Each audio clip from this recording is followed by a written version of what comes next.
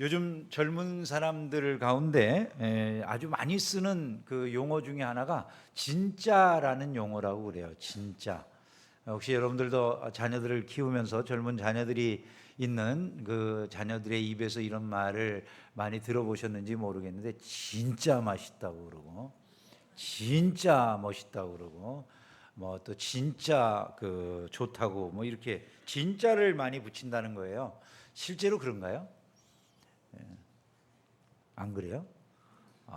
뭐 그냥 그런 얘기가 있는가요? 진짜를 많이 붙이는 건 꼭 옛날 그 참기름 사건이 있을 때, 진짜 참기름이라고 하던 그 시절을 생각나게 하더라고요. 그죠? 그때 사람들이 진짜 참기름이라고 하는 걸 이야기했던 이유는 무엇입니까? 가짜가 있으니까. 그죠? 뭐 가짜가 없는 시절이라면 진짜라고 하는 말을 굳이 쓸 필요가 없죠. 근데 가짜가 있으니까 사람들이 이거 가짜 참기름 아니라 이게 진짜라는 걸 강조하기 위해서 진짜 그걸 이름을 많이 붙였다 그 말이죠. 근데 요즘 들어서 이제 뭘 이야기할 때 이게 진짜 멋있다, 뭐 진짜 예쁘다, 진짜 맛있다 이렇게 말하는 것은 어쩌면은 그렇지 못한 경우들이 많이 있다라고 하는 그런 그 반증이라고도 할 수가 있겠구나 이런 생각이 들었습니다. 사실 요즘은 진짜를 구분하기가 쉽지 않아요. 예를 들어 뭐 예술 작품이라든지 이런 것도 그 AI가 만드는 것들이 너무 실제 작품하고 비슷하다든가 이러니까 이게 진짜인지 허상인지 이걸 구분하기가 어렵죠. 예를 들어 사진 속에 나와 있는 그 사진의 내용을 가지고 금방 그 중심 인물이 다른 모습을 하고 있게 만들면 금방 다른 모습으로 이게 만들어지잖아요. 요즘 뭐 여러 가지 동영상을 편집해 주는 그런 그 기능들이 있는 게 AI가 이제 편집을 하니까 사람처럼 그렇게 실수를 하거나 이런 게 별로 없는 거예요. 이게 모양을 만들 때에도 주변에 지금 시간이 몇 시쯤 됐는지, 바깥에 바람이 부는지 안 부는지, 그림자는 어떤 방향으로 비추어지는지, 옛날에는 사람들이 이걸 만들어 놓으면 이게 지금 가짜로 다른 사람이 여기에다가 잘못된 사진을 갖다 붙였구나 뭐 이런 걸 이해할 수가 있었는데, 요즘은 AI는 이제 사진을 갖다가 만약에 이걸 다른 모양으로 만들어줘 그러면 진짜 내가 찍은 사진이 아닌데 그 사진의 내용을 싹 바꿔서 그렇게 편집을 해준다는 거죠. 그럼 그렇게 만들어진 것을 저 사람이 찍은 거야 그렇게 해도 구분하기 어렵다는 거예요. 이게 진짜인지 가짜인지 이걸 알기가 어려운 거죠. 누가 만들었을까? 저작자에 대한 것도 이제 앞으로 얼마나 오랜 시간 이게 잘 지켜질지 모르겠는데, 제가 최근에 그 수노라고 하는 AI를 통해 가지고 제가 쓴 글을 이제 뭐 시 비슷하게 글을 써가지고 수노라고 하는 AI에 넣어가지고 부활에 관한 내용이었는데 이걸로 곡을 만들어줘 그랬더니 곡을 금방 만들어줬어요. 그래가지고 제가 우리 장로님들한테도 보내드리고 미국에 있는 뭐 친구 목사님한테도 보내드리고 이랬어요. 그랬더니 우리 장로님들한테 물어보니까 장로님들이 목사님 곡이 아주 훌륭한데요 그러더라고요. 곡이 아주 훌륭하다고 말씀을 해요. 그리고 미국에 있는 친구 목사님에게 처음에 이게 AI가 만든 거라고 안 했더니 너무 영감이 넘치는 기가 막힌 그 작품을 어떻게 쓸 수 있냐고 저보고, 김 목사님은 제주도 많다고. AI라고 이제 이야기해줘도 이제 처음에 이걸 안 써본 분들은 이게 진짜 어떻게 작동하는지를 모르는 상황에서는 어떻게 세상에 이런 기가 막힌 걸 만드느냐 이런 생각을 하게 되는 거죠. 이게 진짜 어떤 작곡가가 만들었다 안 만들었다 이런 것도 이제 이게 많아지게 되면, 엄청나게 많아지게 되면 이제 그런 것들을 구분하는 것도 쉽지 않겠구나 뭐 이런 생각도 하게 됩니다. AI 신부가 등장했다는 얘기를 들었어요.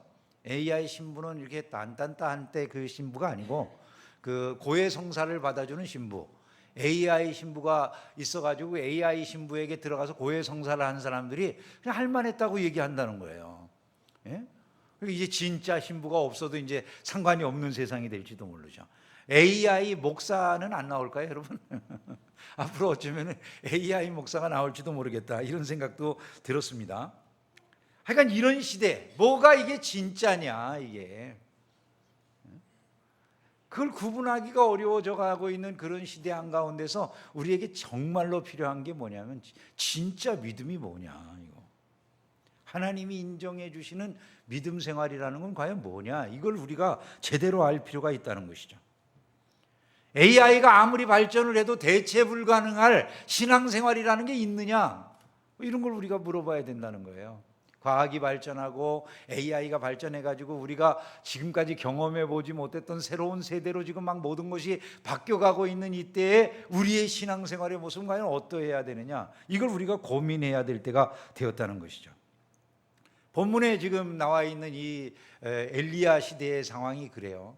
시대가 바뀌었어요. 하나님만 섬기고 하나님만 높이던 이런 신앙생활을 하던 이스라엘이 타락하고 타락해가지고 이제는 하나님만 절대적인 신이 아니라 뭐 바알도 괜찮고 이세벨이 들여온 그런 아세라도 괜찮고 다 괜찮다는 이런 그 종교 다원주의적인 이런 세상이 열리고 있었어요. 사람들이 그냥 다 믿고 싶은 거 자유롭게 믿고, 심지어는 기독교는 그 여호와 종교는 아주 작은 종교로 변해버린 것 같고, 선지자가 엘리야 선지자가 나 하나 남았어요 이렇게 할 정도로 작은 종교로 오히려 변해버리고, 그리고 이제 세상적인 그 거짓 종교, 우상숭배적인 종교가 대다수를 차지해서 그쪽에는 선지자가 850명이나 있는 뭐 이런 시대로 완전히 모든 게 뒤집어졌단 말이죠.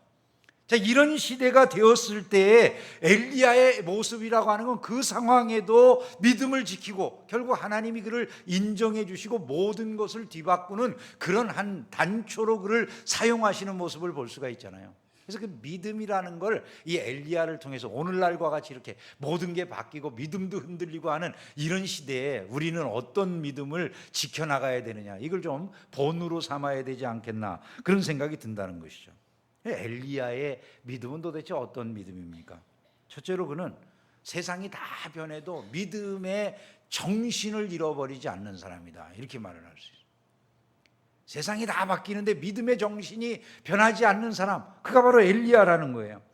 엘리야는 대단한 스펙을 가지고 있는 사람 아니에요. 오늘 말씀 1절에 보면 엘리야에 대해서 소개해 주는 말씀이 아주 간단하게 등장을 하잖아요. 길르앗에 우거하는 자 중에 디셉 사람 엘리야가 라고 이렇게 소개가 되어 있어요. 어떤 대단한 집안이다 뭐 이런 게 없어요. 그냥 길르앗에 우거하는, 이렇게 되어 있어요. 길르앗에 우거하는 것은 길르앗 지방에서 나그네로 살고 있는 그런 뜻이에요. 우거한다는 게 떠돌이 삶을 사는 걸 말하는 거거든요.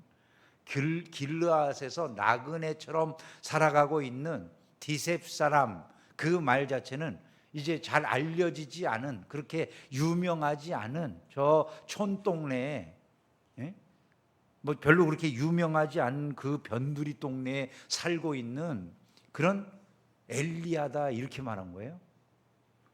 그 말 자체에서 우리는 엘리야라고 하는 사람이 신분이 대단한 사람이 아니구나라고 하는 걸 금방 알 수 있어요.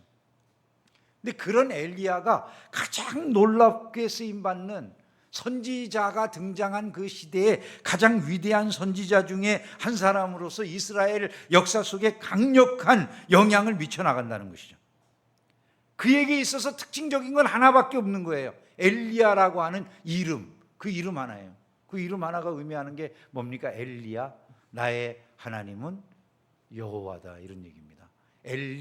엘리가 나의 하나님이거든요. 엘리, 나의 하나님은 야훼라고 말이죠.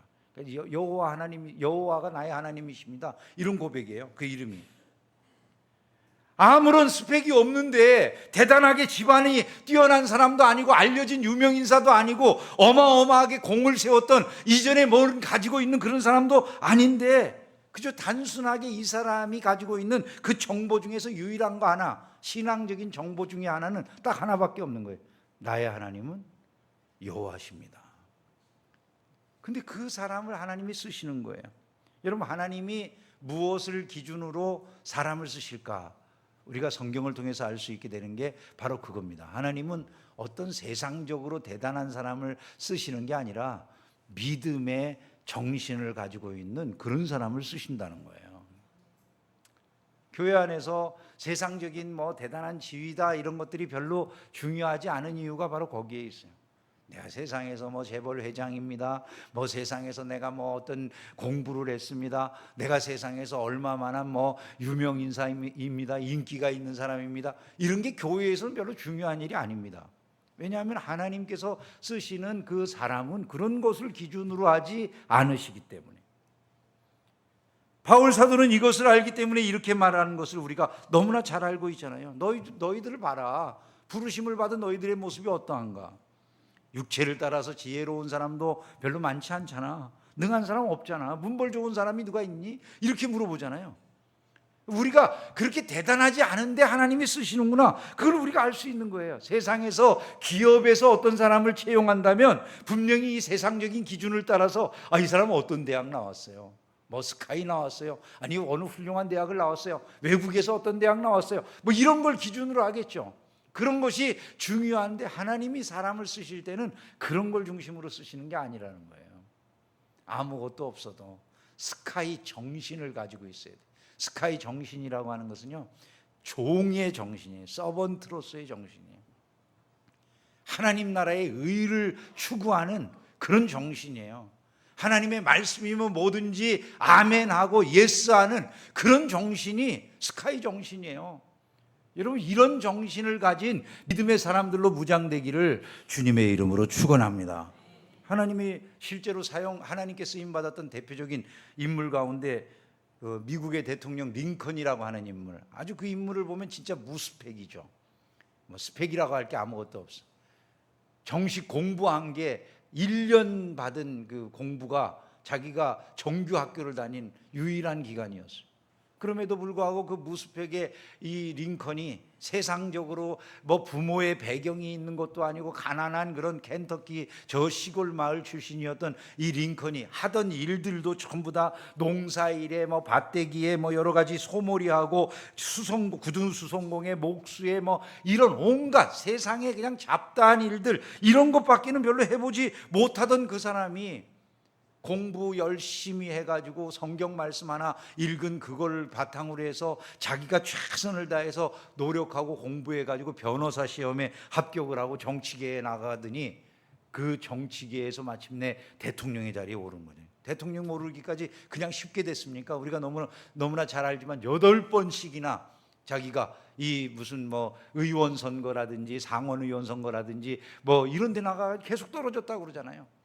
근데 마침내 미국 사회 안에서 미국의 많은 사람들이 당신 같은 사람 누가 인정해 주겠느냐, 당신 아버지가 이런 사람이다, 이렇게 말할 정도로 그렇게 보잘것없이 여김을 받던 그런 인물이 결국은 미국 사회 안에서 제일, 지금까지 역대 대통령 중에 제일 존경받는 인물이 됐다고 말이에요.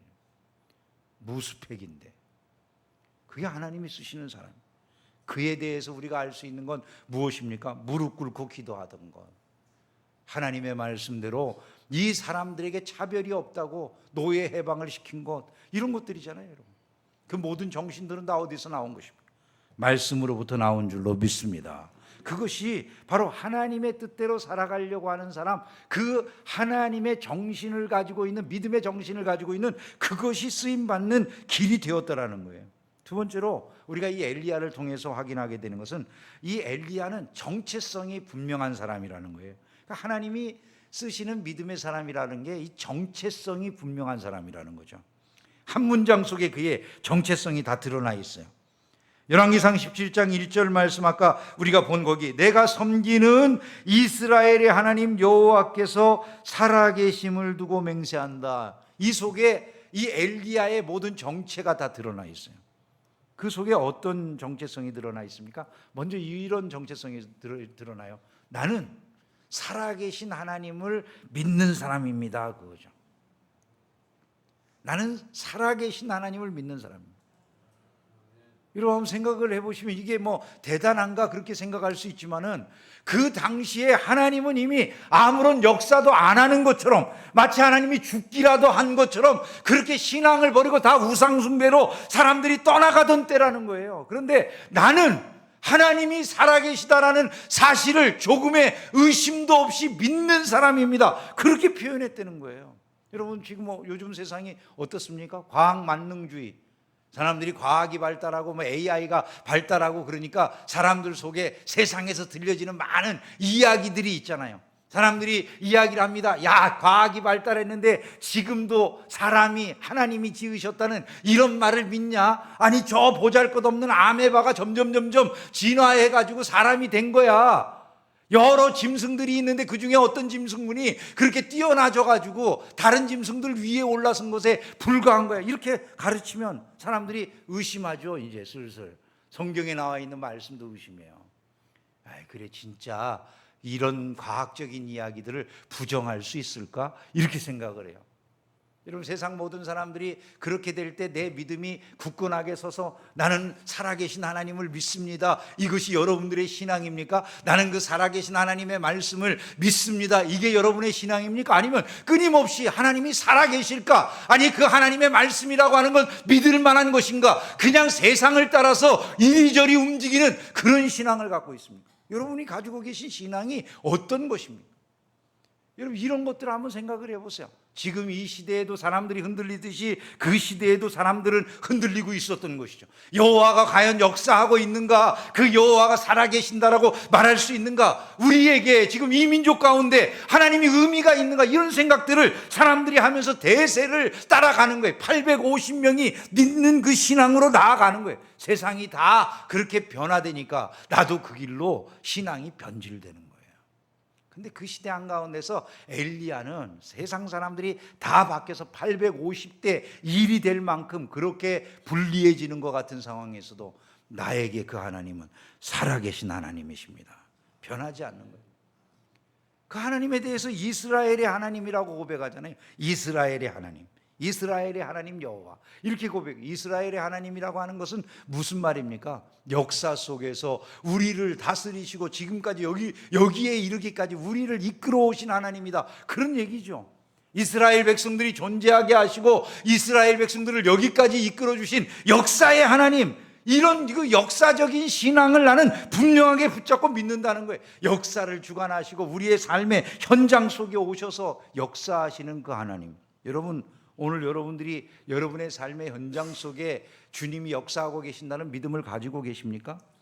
그것이 바로 엘리야가 그 당시에 보여주었던 자기 정체성이라는 거예요. 나는 이런 정체성을 가지고 있어요. 그리고 마지막으로 한 가지 더 그가 고백하는 게 뭡니까? 내가 섬기는 하나님이라는 거예요. 내가 섬기는 하나님. 나는 그 하나님을 섬기는 사람. 당신들 850명, 아니 이스라엘 모든 사람들이 다 바뀌어가지고 하나님을 버리고 먼 길로 나아간다 할지라도 나는 그 하나님을 섬기는 사람입니다. 과학이 발달하고 AI가 발달하면 믿음이 바뀐다고요? 아닙니다. 여러분들은 그럴 때일수록 엘리야와 같은 신앙의 확신 속에 서게 되기를 주의 이름으로 축원합니다. 한번 생각해 보세요. 파스칼은 팡세에서 인간은 생각하는 갈대다, 그러나 인간의 존엄은 하나님을 아는 데 있다라고 하는 말을 했다고 하거든요. 인간의 존엄이라고 하는 건 하나님을 아는 데 있다. 이게 너무나도 중요한 선언이에요. 요즘 젊은이들은 정체성에 고민이 많대요. 내가 누군가. 여러분은 그런 고민 안 해보셨어요? 내가 누군가. 요즘 젊은이들은 정체성 고민이 많아가지고 아주 자기의 정체성에 대해서 밝히기도 좋아하고 남의 정체성에 대해서 알고 싶어 하는 경우도 많대요. 하는 것이 실제로 그런 걸 표현하는 방식이 MBTI를 물어보는 거예요. 만나면 요즘은 그 미팅 자리나 이런 데에서 상대방에게 물어보는 것 중에 하나가 MBTI라고 하는 거더라고요. 당신은 MBTI가 뭐요? 그렇게 물어본대요. 여러분들 옛날 어른들은 MBTI라고 하는 말도 낯설죠? 예. 근데 요즘 카톡 프로필에 젊은 사람들이 카톡 프로필을 이렇게 쓴다고 그러더라고요. 그리고 아예 여러분들에게 전부 외계어처럼 들릴 것 같아요. 어느 젊은이의 카톡 프로필이 이렇더랍니다. 어느 대학교 어느 학과, ENFP, 민트 초코 반대파, 하이큐 덕후, 강아지상, 이렇게 써놨어요. 여러분 이해가 되세요? 그거 보고 이 사람이 누군지 여러분 이해가 되세요? 그거 알 수 있으면 그게 이제 젊은 사람이에요. 요 시대에 속해 있는 젊은 사람. 근데 이제 그거 하나도 이해 못하는 외계어라고 들으면 연세가 좀 있으세요. 구식이야. 여러분 이게 무슨 말이냐면요. 이제 내가 알 수 있는 건 어느 대학교 어느 학과까지는 알겠더라고요. 근데 ENFP라고 하는 게 이게 이제 MBTI인 거예요. ENFP 건 자유로운 영혼이라고 하는 뜻이래요. 자유로운 영혼. 뭐 다른 것도 많이 있는 거죠. 뭐 ESFJ 그럼 배려심 많다는 얘기가 된다고 그러고요. ISFJ 그러면 책임감이 강하다는 얘기고요. ENFP 그러면 자유로운 영혼, 인간 비타민 뭐 이런 뜻이래요. INTP 그러면 아이디어는 많지만 게으른 천재 뭐 이런 뜻이라고. 민트 초코 반대파라고 하는 말은 그 여러분 그 아이스크림 먹을 때 써리원인가 거기 가서 뭐 이렇게 시키면은 아이스크림 민트 초코 아이스크림은 이렇게 약간 그 맛이 치약 맛이 난다고 그러잖아요. 들어보셨어요? 예, 그래서 이제 이걸 좋아하는 사람하고 안 좋아하는 사람들이 쫙 나뉘어지는데 나는 민트 초코를 갖다가 극혐하는 쪽 이렇게 표현하는 거라는 거야. 그걸로도 이렇게 사람들이 쫙 나눠져 있대요. 젊은 사람들이. 하이큐 덕후 이건 더 모르겠더라고요. 하이큐 덕후가 뭔가. 하이큐는 일본 만화래요. 일본 만화. 배구하는 일본 만화인데 그 배구하는 일본 만화에서 어떤 도전을 받거나 젊은이들에게 위로가 되는 힘을 주는 그런 뭐 비전을 주는 이야기들이 많이 나온다고 이걸 좋아하는 젊은이들이 많은데 그 덕후라는 거예요. 그거 아주 그냥 거기 빠져 사는 이런 사람이라는 뜻인 거죠. 그리고 자기 얼굴은 고양이상이 아니라 강아지상이라 부드럽다고. 정체성에 관심이 많은 거예요. 근데 참 흥미로워요, 여러분. 젊은 사람들이 자기의 정체성에 관심이 많은 것 같고 그걸 물어보기도 하고 대화들을 그런 걸로 나누기도 하는데 문제는 뭐냐면 이 젊은 세대가 갈수록 하나님을 찾는 사람이 없다는 거예요. 여러분 CCC라든지 뭐 예전에 한참 활동하던 그 많은 대학생 선교단체들이 갈수록 학생들이 줄어들어가지고 참여자들이 줄어들어가지고 사람들이 지금은 기독교인 수가 대학 가면 3% 4% 정도밖에 안 된다 이렇게 말한다는 거예요. 대한민국에 예수 믿는 사람들이 20% 정도 된다고 우리가 이야기하는데 대학에서 예수를 믿는 사람들 이야기를 들어보면 4% 3%밖에 안 된다고 한다는 거죠. 뭘 말합니까 여러분? 그렇게 자기의 정체성에 관심을 많이 갖는 사람들이 정작 하나님에 대해서는 관심을 안 갖는 거예요. 문제는 뭐냐 하면 내가 하나님에 대해서 관심을 갖지 않는 한 나 자신의 정체성을 알 길이 없다는 거예요. 내가 하나님에 대해서 알지 못하면 나의 정체성이라고 하는 게 뭐밖에 안 되겠습니까? 세상에서 저 아메바나 뭐 이런 거 아니 생명도 아닌 무생물이 어느 날 갑자기 번개치거나 뭐 자연 만물의 변화 속에서 갑자기 단백질이 되고 이 단백질이 바뀌어가지고 꿈틀꿈틀하는 그런 아메바가 되고 아메바가 바뀌어가지고 결국 뭔가 이 지금 세상에 살고 있는 모든 생물종을 이루게 됐다는 얘기 아니에요, 그죠? 근데 그 중에서 여러 가지 짐승으로 발전한 것도 있고 사람으로 발전한 것도 있다는 얘기인데 원숭이도 되고 사람도 됐는데 원숭이하고 사람하고 여러분 그 DNA 차이가 99%가 같다고 그런다잖아요. 그죠? 얘기 들어보셨어요? 그런 거? 99%가 같으니까 1%밖에 차이가 없는데 그거는 그냥 유전상의 발전 속에서 사람이 이렇게 이 변화하는 과정에서 조금씩 차이가 난 것에 불과하다는 말들이 사람들의 귀에 쏙쏙 들어와요. 그래서 사람들이 그런 걸 믿는 거예요. 근데 여러분 그걸 믿는 순간에 우리가 어떤 존재가 될 것 같으세요? 내가 아무리 정체성을 이야기하고 내게 대해서 안다고 하더라도요, 나는 그냥 저 의미 없는 먼지에서부터 나온 존재에 불과한 거예요. 내가 대단한 것처럼 사람이 대단한 것처럼 여긴다 하더라도 그 사람은 그냥 최고의 포식자가 된 그런 존재에 불과하지 무슨 의미가 있습니까, 인생이? 아무런 의미도 없는 거죠. 그냥 뭐 무의미한 저 물질이 바뀌어서 내가 된 것에 불과한데 거기에 무슨 인생에 무슨 정체성을 찾고 의미를 찾을 그런 그 까닭이 있겠습니까? 하나님에 대해서 알지 못하고 하나님이 우리에게 부여해 주신 인간의 고유한 정체성을 모르는데 자기의 정체성을 이야기하는 게 무슨 의미가 있냐 그 말이죠.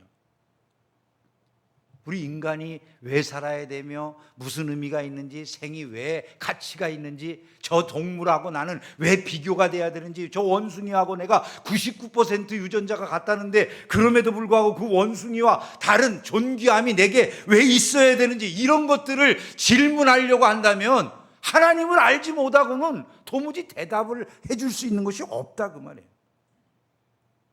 그래서 예수님이 제자들에게 물어보신 이 말이 너무나도 중요한 거예요. 세상의 모든 사람들이 대답할 수 없지만 그리스도인들만 대답할 수 있는 대답이잖아요. 너희는 나를 누구라 하느냐?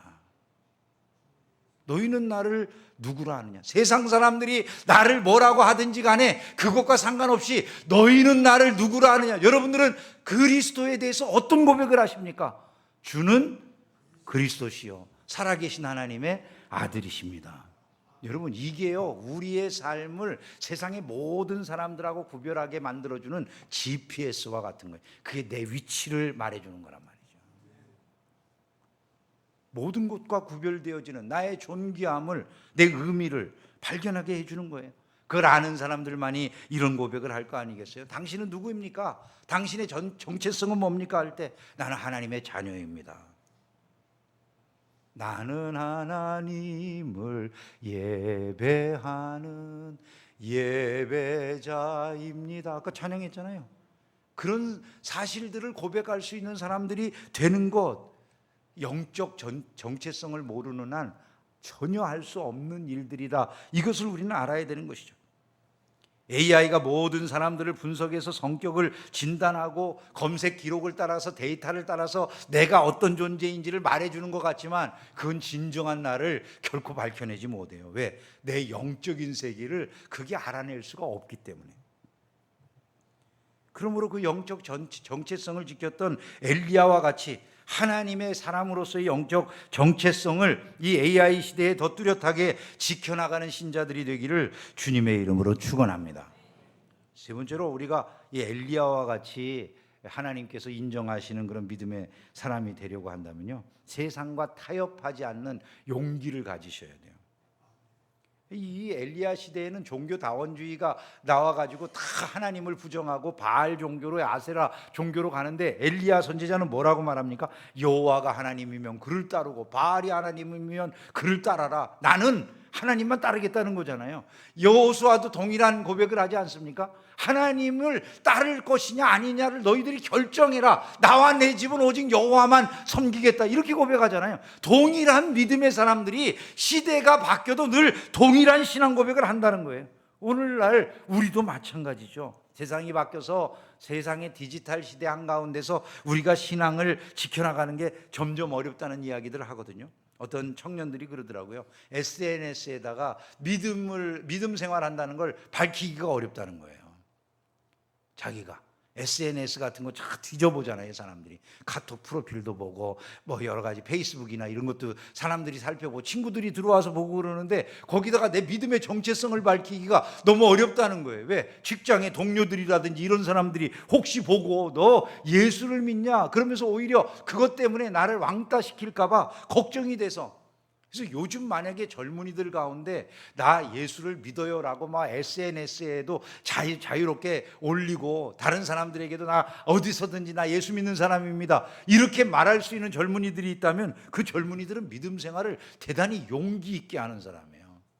그래서 요즘 어떤 분이 그러더라고요. 그 정도로 이제 자기가 예수 믿는 사람이라는 걸 뚜렷하게 밝힐 정도가 되려면 디지털 순교를 각오해야 된대. 그게 무슨 말이냐? 그러니까 디지털 상에서 다 사람들이 그냥 언팔로우하고 끊어버릴지도 모르니까 내가 그런 걸 각오하고라도 내 자신이 예수 믿는다는 도리를 갖다가 밝혀야 된다. 뭐 이런 얘기를 하는 것이죠.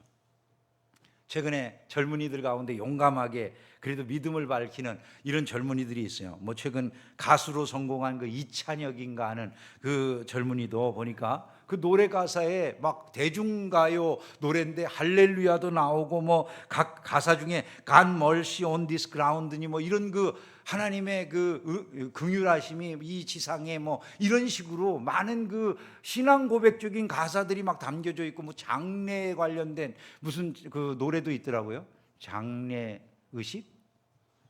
뭐 하여간 뭐 여러분이나 저나 다 이 문화에 다 무식한 강의 이런 걸 탁탁 나올 줄 알았는데 다 안 나오시네. 뭐 하여간 그런 노래가 있더라고요. 그런 거 보면 사람 이 믿음에 대해서, 죽음 이후의 세계에 대해서 뭔가 신앙적인 이야기를 전하려고 하는 선교사님 아들이라 그런지 아주 그런 의식이 잘 담겨져 나오는 걸 보게 돼요. 아무렇지도 않고 뭐 그럴 수 있지 이렇게 생각되신다고요? 아니요, 여러분. 젊은이들이 요즘 그렇게 신앙을 표현하기가 어렵다고요. 그런데 그런 시대에 믿음을 표현하고 드러낼 수 있는 사람이 되는 거예요. 바로 지금 우리에게 이 엘리야와 같은 믿음이, 용기 있는 믿음이 요구되고 있다는 것을 잊지 않기를 주님의 이름으로 축원합니다. 하나님이 그들을 사용하셨다고. 마지막으로 한 가지 더 말씀을 드리면, 이해되지 않아도 말씀에 순종했던 사람이 엘리야예요. 하나님이 바로 그런 사람을 쓰신 거죠. 그 믿음을 보시는 거예요. 엘리야에게 하나님이 아합 앞에 나가라. 여러분, 죽으러 나가라는 얘기랑 똑같잖아요. 아합에게 가서 이런 말을 해라. 너 죽으러 가라. 그런 얘기인 것 같은데 그냥 예하고 나가요. 또 나가게 해서 죽이실 줄 알았더니 또 도망가라 그래요. 그리 시냇가로 도망가라. 아니, 하나님 나가라고 할 때는 언제고 도망가라고 하는 건 또 웬 말이십니까? 내가 그거 나가라고 할 때 얼마나 고민을 해가면서 나갈 걸 생각을 했는데 목숨 걸고 나갔더니 이제 도망가라고요? 왜 그러세요, 하나님 도대체? 뭐 이런 생각이 들만한데 그냥 따지는 게 없어요. 그냥 하나님 말씀 듣고 나가라면 나가고 도망가라면 도망가고, 저 사렙다 과부에게 가라면 과부에게로 가요. 까마귀를 통해서 먹이시겠다고 하면 그 말씀 그대로를 믿고 기다려요. 근데 하나님께서 너무나 놀랍게 그렇게 기다리는 이 엘리야에게 적절하게 그때마다 역사를 해주시는 거예요. 여러분, 이게 인공지능 시대에 합당한 삶의 태도로 보이세요? 말도 안 된다고 여겨지지 않을까요? 다 데이터상으로 계산해보고 확인해보고 그렇게 살아가야 된다고 여겨지지 않아요? 근데 믿음의 삶이라고 하는 게 데이터화 될 수 있을까요, 여러분?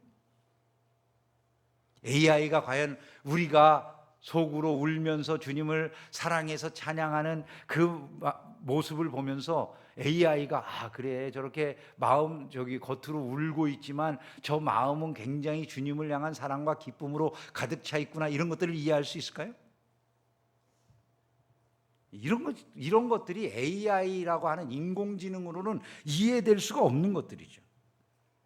신앙생활을 하면서 우리가 하나님을 믿고 의지하고 나아가는 이 모든 것들은 세상에서 다 이해되어지고 이 인공지능 시대의 모든 것들이 다 파악되고 할 수 있는 게 아니에요. 알고리즘상으로 전부 나올 수 있는 그런 것들이 아니에요.